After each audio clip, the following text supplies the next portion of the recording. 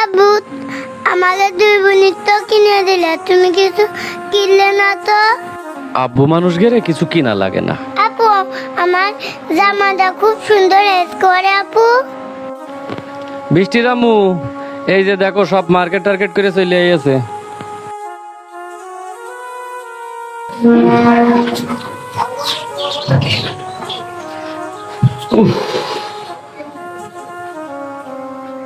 বৃষ্টির আম্মু, হ্যাঁ বলো। মনিকের মার্কেট টার্গেট করে 1002 টাকা আছে আমার কাছে এখন। এই টাকা 2000 তুমি রাখো, কালকে এই দিন গোষ্ঠ কিনা লাগবে না তো, এই 2000 টাকা তুমি রেখে দাও। আচ্ছা, আর আমি একটু বাজারে গেলাম। মার শরীরটা যেন ভালো না, একটু তাড়াতাড়ি এসো। ও বাবা রিপন,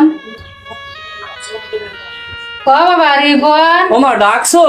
হ্যাঁ বাবা, আমার কাছে একটু আসো। ও দাঁড়াও, আসছি।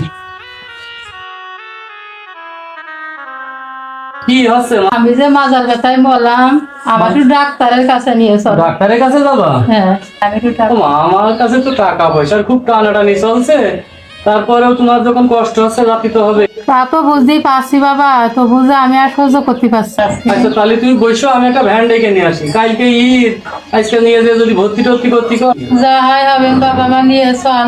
আচ্ছা তাহলে তুমি বসো, আমি একটা ভ্যান ডেকে নিয়ে এসে তোমার ডাক্তারের কাছে নিয়ে যাচ্ছি। হ্যাঁ আচ্ছা ঠিক আছে। আচ্ছা ঠিক আছে। খালুর আবার বাড়ি বালি হয়, দেখি তো। ও খালু, খালু,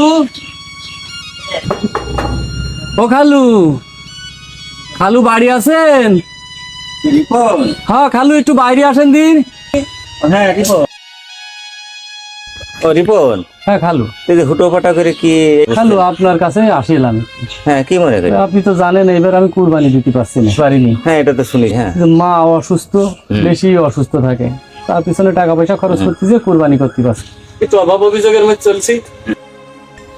এই ঈদের জন্য 1002 টাকা আমি রাখিলাম, ছেলেপেলের একটু কেনাকাটা করেছি, করে ঈদের জন্য একটু 1002 টাকা রাখিলাম। মা কাল হঠাৎ করে বেশি অসুস্থ হয়ে পড়লো। মা নিয়ে ডাক্তারের কাছে যাই আমি, সে টাকাও ফুরিয়ে গেছে। এখন কালকে ঈদের দিন যে একটু বাজার সদাই টদাই করবো, সে ব্যবস্থা নেই। এখন চারটার কাছে তো হাত পাততে পারি না, বোঝেন তো সব।